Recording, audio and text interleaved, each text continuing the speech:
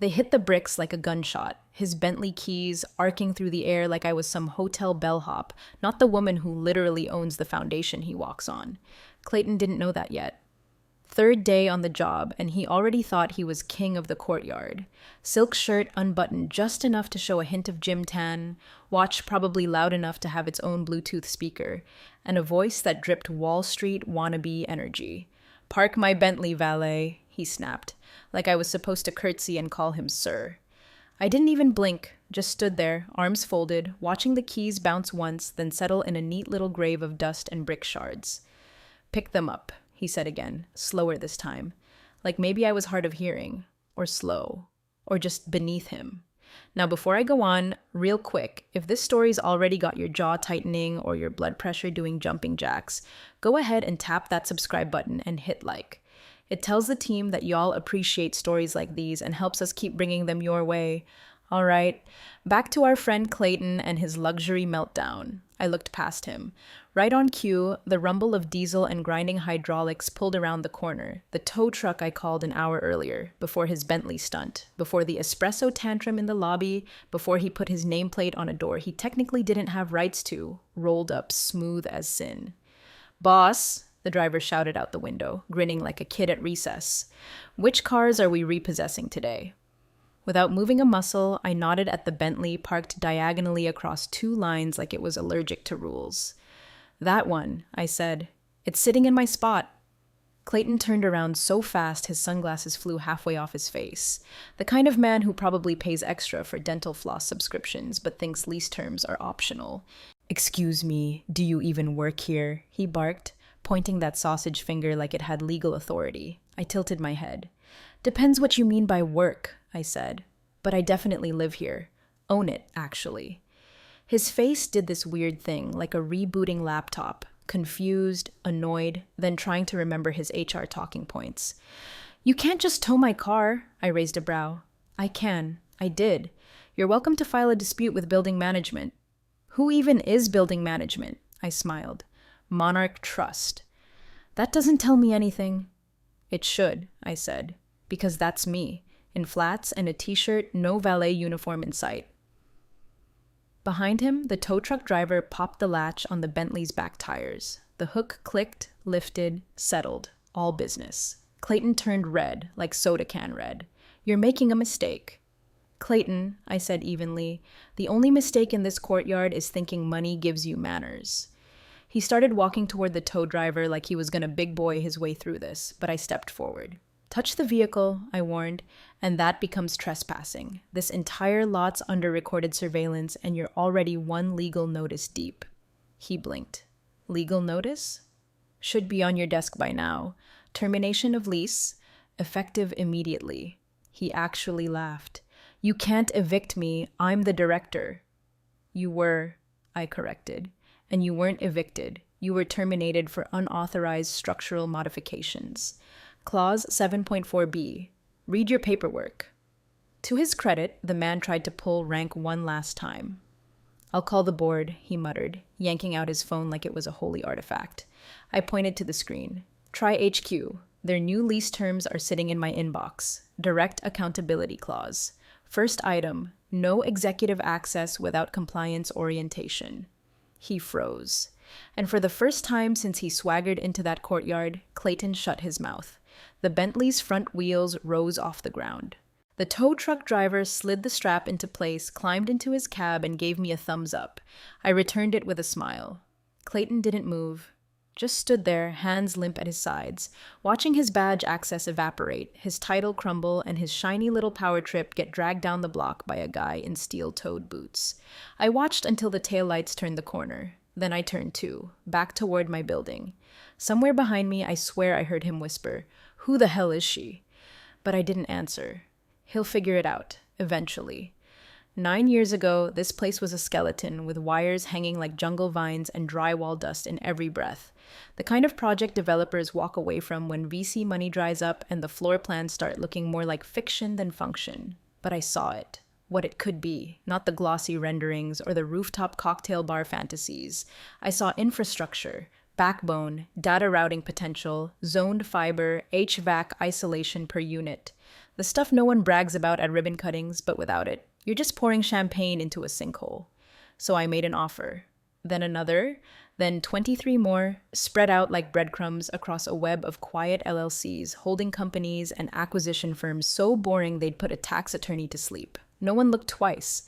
Why would they? No woman in secondhand sneakers and a ball cap gets mistaken for a developer, especially not one who prefers Form Ds to photo ops. By the end of year 4, I own 92% of the complex. Not the decorative lobby plants or the branding rights. That fluff was for the startups trying to impress their Series A boyfriends.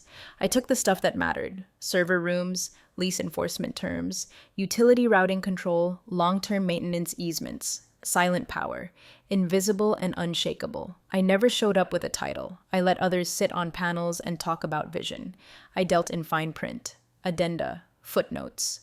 I was the person who made sure the bathrooms flushed when no one else cared to check the plumbing schematics. The trust I formed to hold the bulk of it, Monarch Trust, was designed for exactly one purpose: insulation.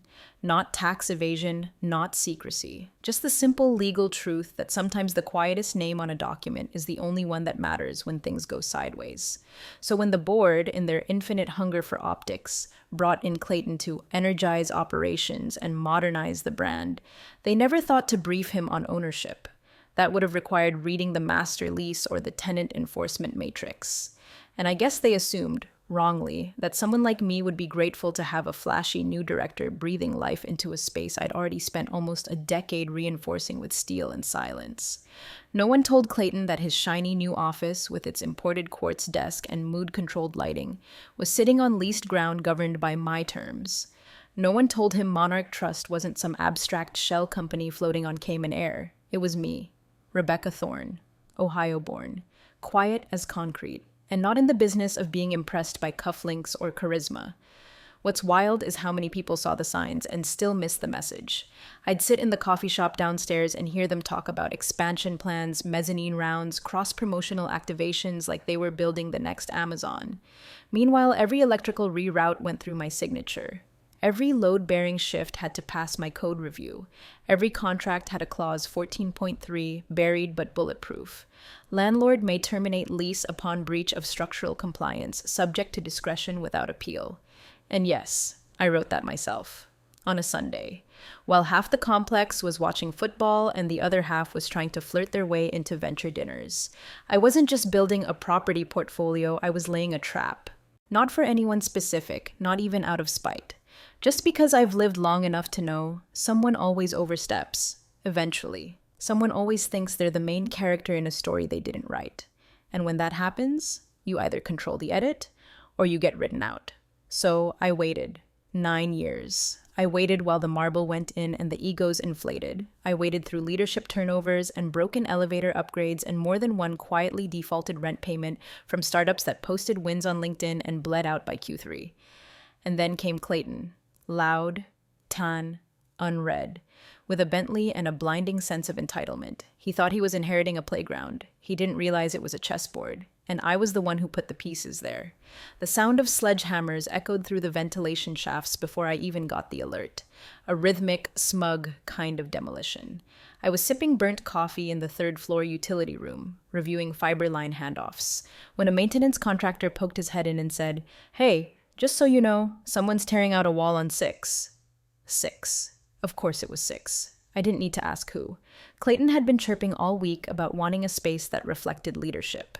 A place where executive synergy could breathe. What he meant, in plain English, was a lounge.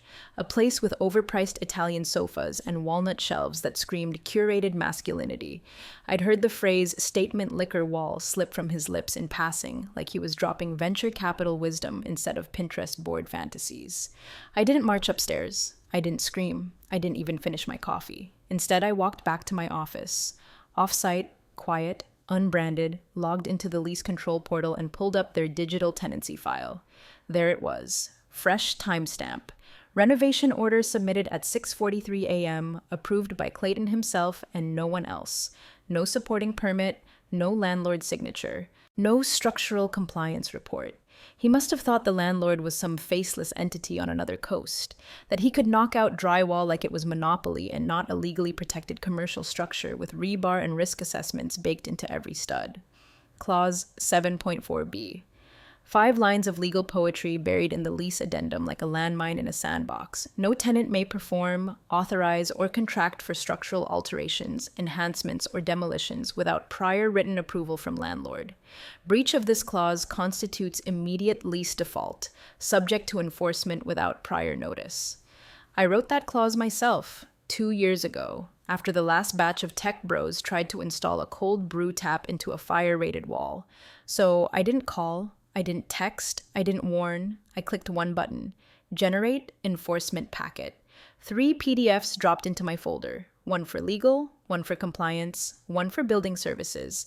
I signed each electronically. Time-stamped, watermarked, immutable. Then I drafted the notice. To Director Clayton Vance, Zenthus Capital, subject, termination of lease. Immediate enforcement due to breach of structural compliance terms outlined in Addendum Clause 7.4b. Effective immediately, your tenancy at Suite 604 is hereby terminated. All property must be vacated within 24 hours. Access to server infrastructure will be disabled at 2:00 p.m. Security will escort for retrieval of personal items by appointment only. Breach documentation attached.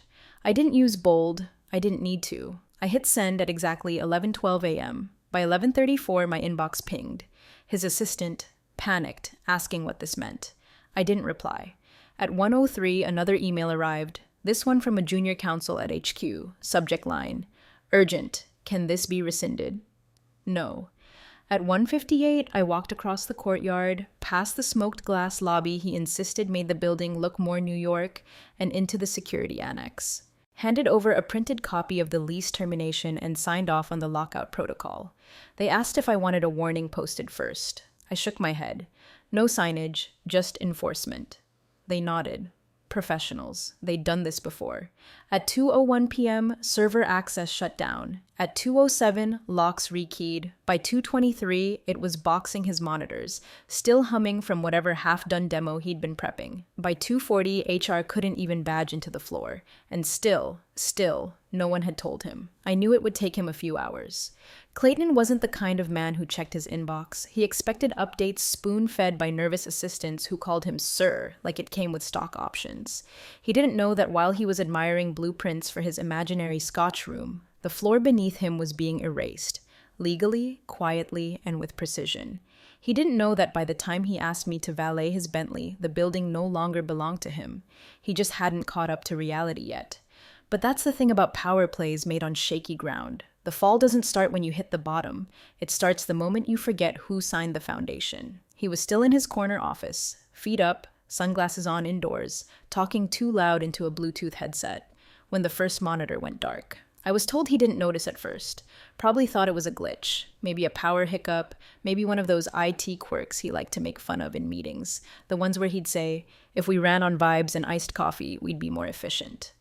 Funny how the punchlines stop landing when the router goes quiet. At 12:14 p.m., the server racks in Suite 604 powered down. Not a cut, a sequence. Controlled shutdown. Data retention guaranteed. Nothing dramatic. Just the quiet hum of systems folding in on themselves like a deep breath held too long.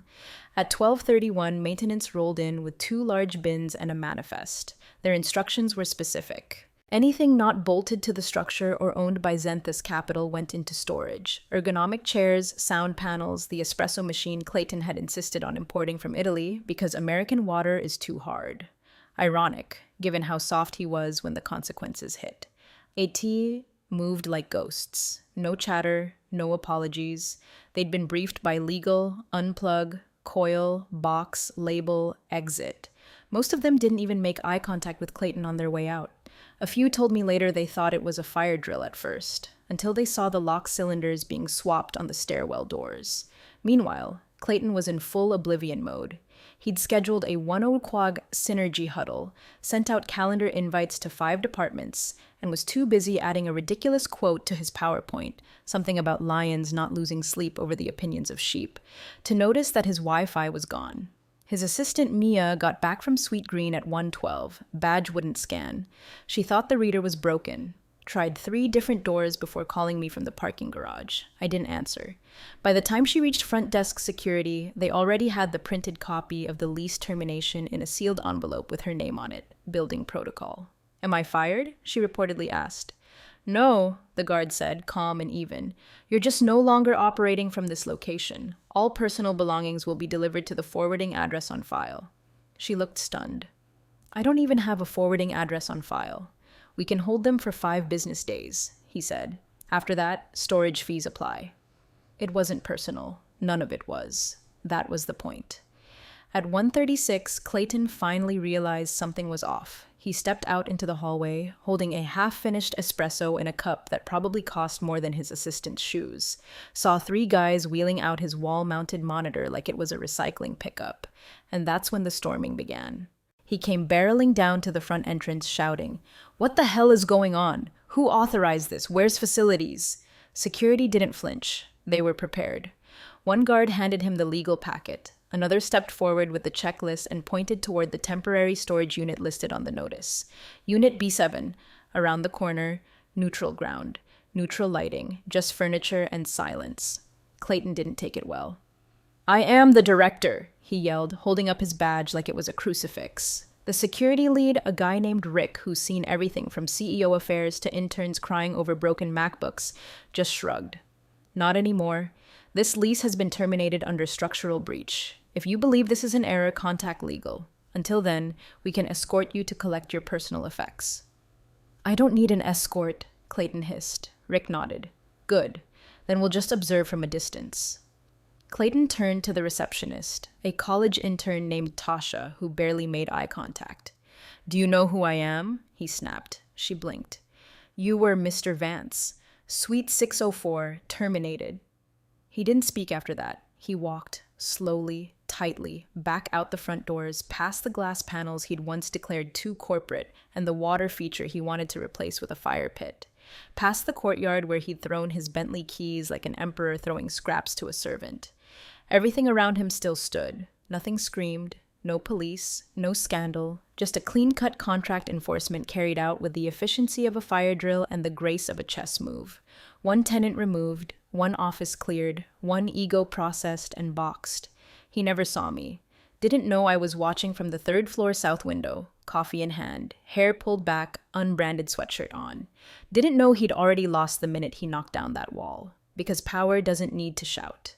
Sometimes it just changes the locks. The call came at 7:42 the next morning. I was already awake, brewing coffee the way I like it. Slow drip, no rush, no nonsense. My phone lit up with an unfamiliar area code and a name I recognized from old board memos. Lynn Prentice, Senior VP of Operations for the Western Corridor. She didn't waste time with pleasantries. "I didn't realize you were the property owner," she said, her voice tight but professional. "I don't usually advertise it," I replied, stirring cream into my mug. "It gets in the way of people showing me who they really are." She exhaled like she'd just sat down after running upstairs. "I understand there's been an enforcement." "That's correct." "We weren't looped in." "That's not my responsibility," I said, sipping my coffee. "Building compliance is a tenant obligation." There was a pause, the kind that stretches just long enough for the other person to reconsider their tone. "What would it take to restore operations on the 6th floor?" she asked finally. I stood by my window, watching the janitorial crew in the courtyard below roll out a new set of trash bins. Order, cleanliness. Systems that function because someone paid attention before it was too late. "I'd need to review intent," I said calmly, "and evaluate risk." "What kind of risk?" she asked. "The kind that got your last director evicted before his first quarter review." Another silence. "I see," she said. "I've drafted new terms," I added, already forwarding the document to her inbox. "Lease renewals are subject to increased rates and a revised structure, line item visibility, approval hierarchy, no more blank check access to renovations, amenities, or network expansions." I waited. And all future executive hires must attend a compliance briefing with me, personally. Now she did pause. Not offended, just weighing the cost of conceding.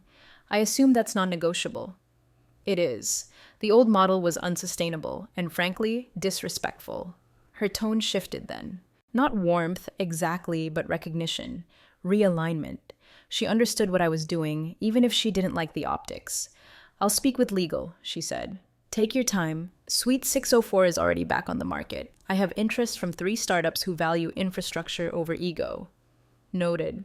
The call ended without a thank you. I didn't expect one. I wasn't looking for apologies or favors, just boundaries.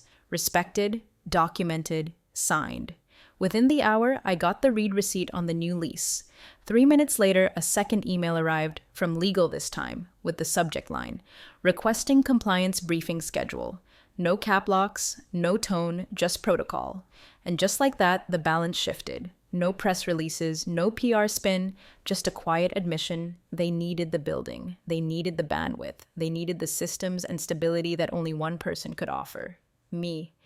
It wasn't about winning. I'd stopped needing that a long time ago. It was about recognition, not in headlines or LinkedIn shoutouts, in contracts, in clauses, in signatures at the bottom of the page. That's where respect lives.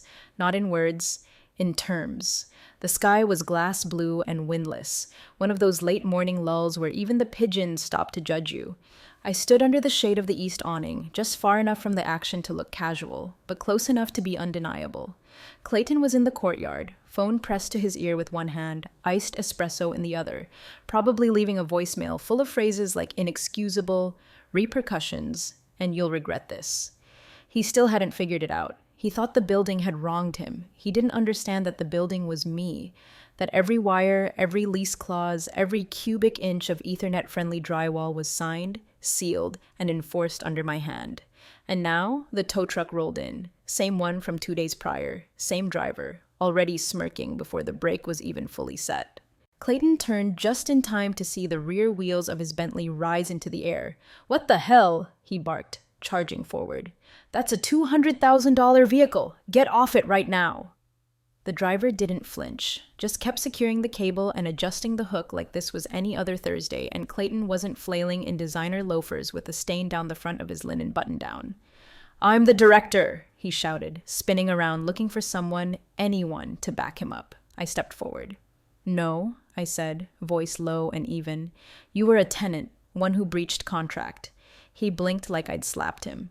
"This is illegal. You can't tow private property." "It's not private," I said. "It's parked in a restricted commercial zone in a clearly marked reserved space, without active tenant status that violates 3 building ordinances, and you failed to respond to the 24-hour removal notice." He opened his mouth, then closed it. I pulled a folded envelope from my bag and handed it to the driver. "Here's the signed release. Fully notarized, title lien flagged per protocol. Tow it gently, it's still under warranty." The driver gave me a slow nod, then turned back to work, smooth as silk. Clayton lunged. He actually lunged, like he could stop the inevitable with sheer indignation. But Rick from security had been waiting, leaning against a support column with arms crossed, and intercepted him without so much as breaking a sweat. "Don't," Rick said simply. Clayton froze, breathing hard. "I have calls," he snapped. "I have a lunch meeting." Rick shrugged. "You'll be late." "Do you have any idea who I am?" I exhaled. "A man with a revoked lease and a towed vehicle. That's all you are here." It hit him then, not all at once, but in stages, like watching a suit crumple under rain, thread by thread. His shoulders sagged, his arms fell, his voice lost the edge. "But this is personal." "No," I said, "this is structural. That's what happens when you knock down walls without permission." His eyes flicked around the courtyard, scanning the few people who had stopped to watch. Office workers, a delivery guy with headphones, a woman from legal with a vape in one hand and mild pity in her eyes. They weren't laughing. They weren't jeering. Worse, they were bored. The kind of scene you see once and immediately file away as a lesson. Don't be that guy. The tow truck eased into gear. The Bentley rose, engine silent, dignity gone. It turned the corner like a broken promise. Clayton watched it disappear. "I'll have you investigated," he muttered, more to the air than to me. "Feel free," I said. "Just make sure you read your lease before you call anyone." He didn't answer. He just stood there, stuck between defiance and defeat. The courtyard breeze finally picking up as if to clear him out like the last page of a forgotten memo. I turned and walked away, not because I was finished, but because he was. I didn't waste a second interviewing replacements. No calls to recruiters, no emergency meetings, no desperate tours to high-maintenance firms with matching Patagonia vests and egos bigger than their Series B. Instead, I unlocked the prospect file I'd been maintaining for months, just in case. That's the thing about ownership. You never act surprised. You act prepared. Third name on the list, Turn Systems, a rising AI optimization startup run by 3 engineers who worked like they still remembered what it felt like to fix servers in the middle of the night in hoodies that didn't have logos. I sent one email. Suite 604 is available, immediate lease, infrastructure intact. Send your compliance officer if interested.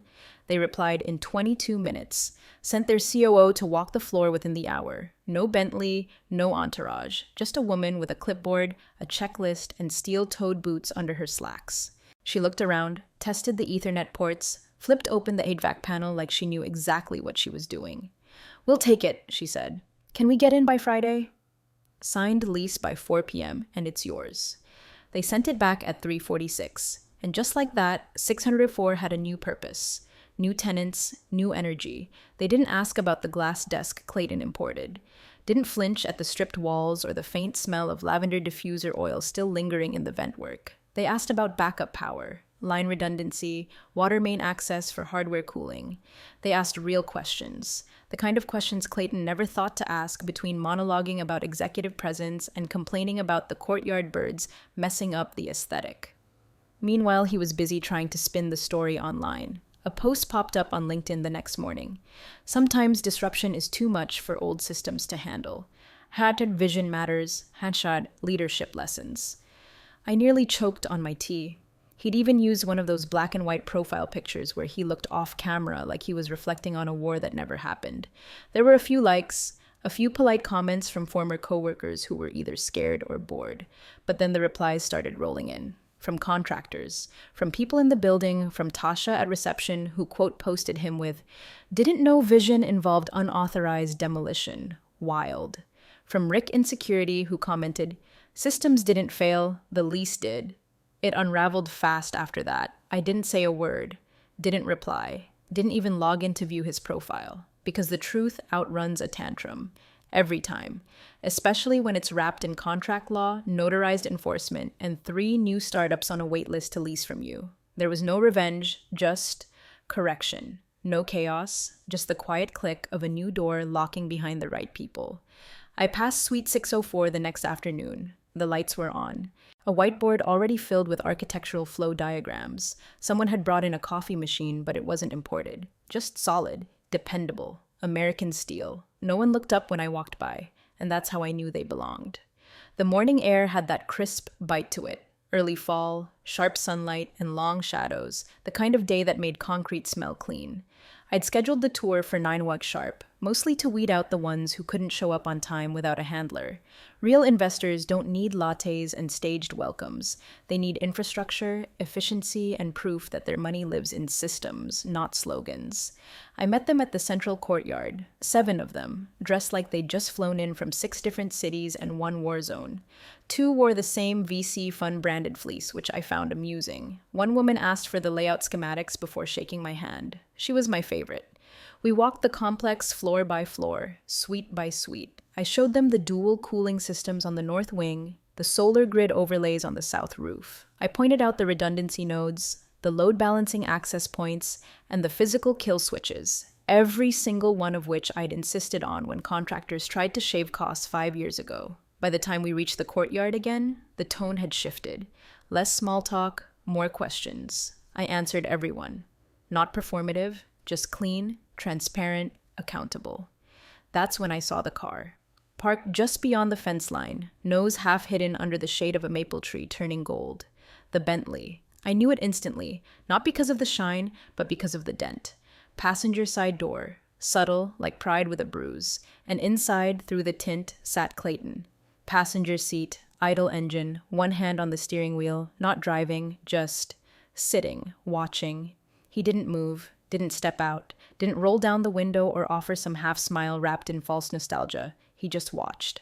Like a man staring at a life he almost lived but couldn't hold. I didn't stop, Didn't make a scene, didn't acknowledge him to the group, didn't let my stride falter for even a beat. I just turned my head slightly, caught his eyes through the glass, and gave one nod. Not a greeting, a recognition. The kind you give to someone you've already passed on the way up, someone whose name once held weight, but now just echoes in paperwork and revoked credentials. I turned back to the group. This next suite used to house Xentha's capital, I said, unlocking the door to 604. Now it's home to a team optimizing predictive infrastructure algorithms. They've doubled server efficiency in 3 weeks. 0 complaints, 0 entitlement. One of the investors chuckled. Another said, "That's rare." "It is," I agreed. I never looked back at the fence, because the thing about power, the kind that matters, the kind built in silence and structure, is that it doesn't need to flex. It doesn't need applause. It doesn't even need to be seen. It just is. And sometimes, the only audience it needs is the one sitting just far enough outside the gates to realize they're never getting back in. It came through on a quiet Thursday, somewhere between 2 vendor calls and a compliance review I'd been putting off for days. An email, no subject line, just a link and the word, "Thought you'd enjoy." Curiosity wins sometimes, even when you pretend it won't. I clicked. There it was. A fresh LinkedIn post, all sharp edges and false humility. Excited to begin a new chapter in executive consulting. Sometimes the hardest lessons become our strongest assets. Ready to help leaders navigate complexity with confidence. Hashtag leadership, mahad growth, mahad resilience. His profile photo had changed. Same face, but softened, like someone trying to rebrand a storm as a learning experience. He was looking off camera again, lips slightly parted, like the answer to everything was just out of frame. The caption read like it had been workshopped by a PR intern with a trauma mining toolkit. Gone was the bravado, the lions don't care nonsense, the curated alpha energy. This version? Polished, palatable, apologetically vague, but someone beat me to it. One comment, just one, short, unattached, no name, no photo, no digital breadcrumbs. Tip for future roles, read your lease. That was it. No likes, no replies, no argument, and none needed. Because anyone who'd been there, who'd watched the unraveling in real time or caught wind of it through the grapevine, knew exactly what it meant. It was a quiet stone dropped into still water, and the ripples reached further than any performative post ever could. I didn't share it. Didn't screenshot it, didn't send it around to the few people still whispering about what really happened at Xenthas. I just sat back, closed the tab, and went back to my work. Because the point wasn't revenge, it wasn't vindication, it was proof. Proof that systems work when you build them to withstand people like him. Proof that dignity doesn't raise its voice, but it always has the last word. Proof that the strongest reputations are carved, not declared. Later that night, walking through the courtyard on my way out, I passed Suite 604. The lights were still on, laughter echoed from inside. Whiteboards covered in flow diagrams. One of the new engineers was arguing with someone about power efficiency, passion in her voice, no ego, just drive. I paused, then kept walking. Toward the lot. Toward my spot. Where my car waited, parked exactly where it belonged. He thought I was a valet, he was standing in my driveway.